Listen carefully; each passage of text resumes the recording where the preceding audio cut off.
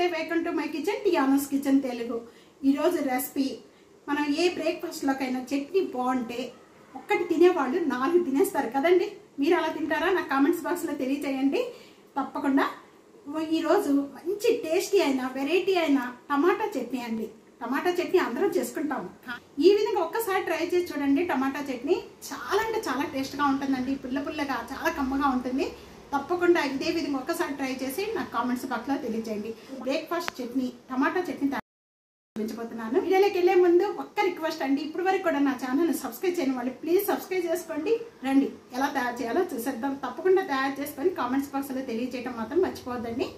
Okay friends, రండి. Hi friends, ఈ variety టమాటా చట్నీ తయారు చేసుకోవడానికి ముందుగా ఇక్కడ నేను ప్యాన్లో 2 టేబుల్ స్పూన్ ఆయిల్ వేస్తున్నానండి. ఇక్కడ ఆయిల్ బాగా కాగిపోయిన వెంటనే మామూలుగా మనం రెగ్యులర్ యూజ్ చేసుకుంటాం స్పూన్. ఈ స్పూన్ తో నేను 2 టేబుల్ స్పూన్ శనగపప్పు వేస్తున్నానండి. సైజు 3 టమాటాలకి నేను 2 టేబుల్ స్పూన్ శనగపప్పు వేస్తున్నాను. శనగపప్పు వేగితకి టైం పడుతుంది కాబట్టి లైట్ గా వేగిన తర్వాత కత్తిమాయి వేసుకుందాం. శనగపప్పు ఈ విధంగా వేగిపోయిన వెంటనే సేమ్ స్పూన్ తోని 2 టేబుల్ స్పూన్ మినపప్పు, రెండు కూడా మంచి కలర్ వచ్చేంత వరకు కూడా వేయించుకోవాలండి. లో ఫ్లేమ్లోనే పెట్టి వేయించుకోవాలండి.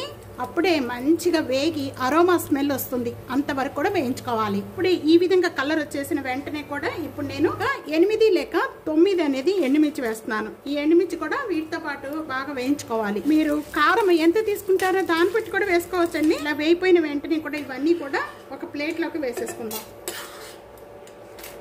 ఇలా ఇక్కడ 1 టేబుల్ స్పూన్ ఆయిల్ ఉంది. ఇంకా ఆయిల్లోనే మొత్తం 3 టమాటాలు ఈ విధంగా కట్ చేసి వేస్తున్నాను. టమాటాలు వేసిన వెంటనే కూడా ఒక గుప్పుడు కరివేపాకు, చింతపండు, ఇంత చింతపండు తీసుకోవాలి.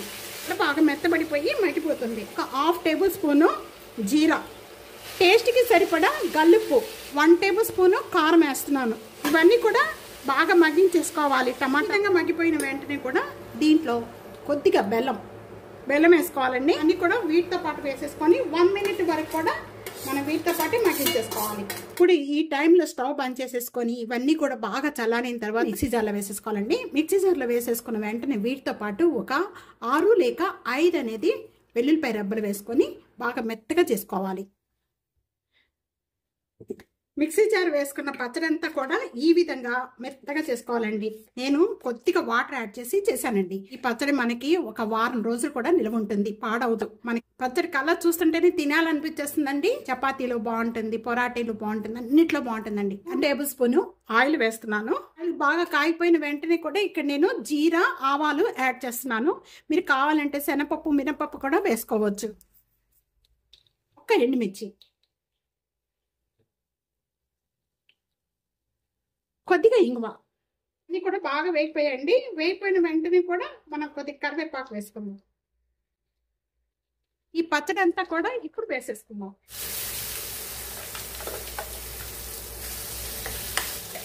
ఈ తాలింపు అంతా కూడా ఈ పచ్చడి బాగా పట్టించేసుకొని ఒక బౌల్లో వేసేసుకుందాం. పుల్లగా చాలా కమ్మగా ఉంటుందండి.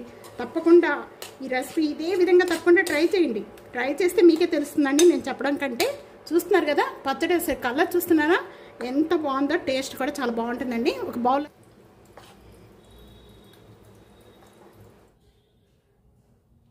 టమాటా వెరైటీ చట్నీ రెడీ అయిపోయిందండి.